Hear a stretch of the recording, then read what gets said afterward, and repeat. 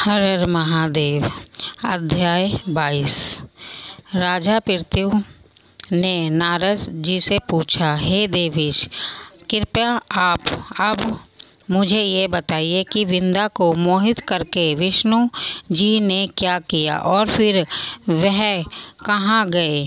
जब देवता स्तुति कर मौन हो गए तब शंकर जी ने सब देवताओं से कहा, हे ब्रह्मादिक देवताओं, जलंधर तो मेरा ही अंश था, उसे मैंने तुम्हारे लिए नहीं मारा है, यह मेरी सांसारिक लीला थी।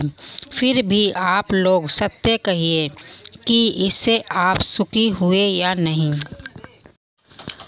तब ब्रह्मादिक देवताओं ने नेत्र हर्ष से खिल गए और उन्होंने शिवजी को प्रणाम कर विष्णु जी का वह सब वृत्तांत कह सुनाया जो उन्होंने बड़े प्रयत्न से वृंदा को मोहित किया था तथा वह अग्नि में प्रवेश कर परम गति को प्राप्त हुई थी।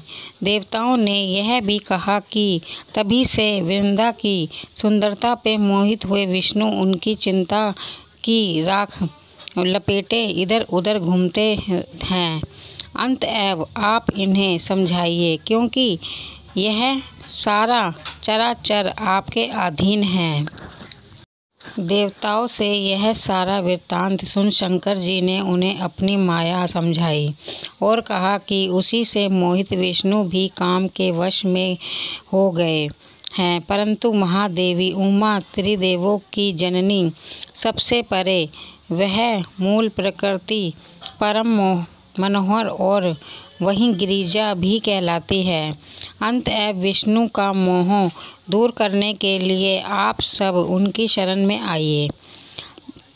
जाइए। शंकर जी की आज्ञा से सब देवता मूल प्रकृति को प्रसन्न करने चले। उनके स्थान पर पहुंचकर उनकी बड़ी स्तुति की। तब यह आकाशवाणी हुई कि हे देवताओं, मैं ही तीन प्रकार से तीनों गुणों से पृथक होकर स्थिति सत्य गुण से गौरा, रजोगुण से लक्ष्मी और तमोगुण से ज्योति रूप हूँ। अतएव अब आप लोग मेरी रक्षा के लिए उन देवियों के पास जाओ, तो वे तुम्हारे मनोरथों को पूर्ण कर देंगी। यह सब सुनकर देवता भगवती के वाक्यों का आदर करते हुए गौरी, लक्ष्मी और सरस्वती को प्रणाम करने लगे। सब देवताओं ने भक्ति पूर्वक उन सब देवियों की प्रार्थना की। उस स्तुति से तीनों देवियां प्रकट हो गईं। सभी देवताओं ने खुश होकर निवेदन किया।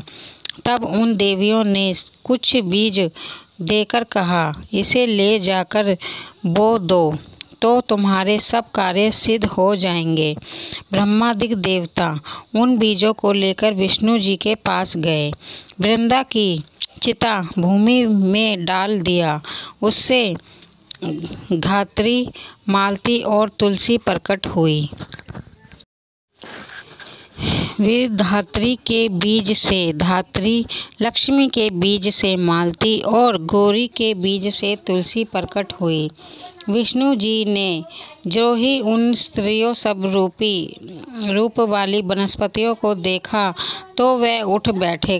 काम स्तक चित्त से मोहित हो उनसे याचना करने लगे।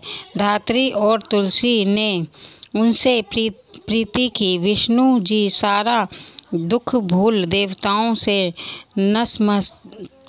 नमस्तिक हो अपने लोक वैकुंठ में चले। वह पहले की तरह सुखी होकर शंकर जी का स्मरण करने लगे। यह आख्यात शिवजी की भक्ति देने वाला है। यह कथा कार्तिक मास की तुलसी कैसे प्रकट हुई, कहाँ से आई, उस व्याख्यान के ऊपर आपको पूरा व्याख्यान सुनाया जा रहा है। मैं मेरी कथा ये आपको कैसी लगी। अगर अच्छी लगी तो मेरे चैनल को लाइक कीजिए, शेयर कीजिए, ज़्यादा से ज़्यादा इसे सब्सक्राइब कीजिए।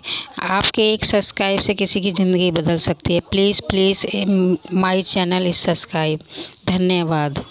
भोलेनाथ विष्णु भगवान आपका सब दुख हरें और आपको सुख समृद्धि से भरपूर करें। धन्यवाद।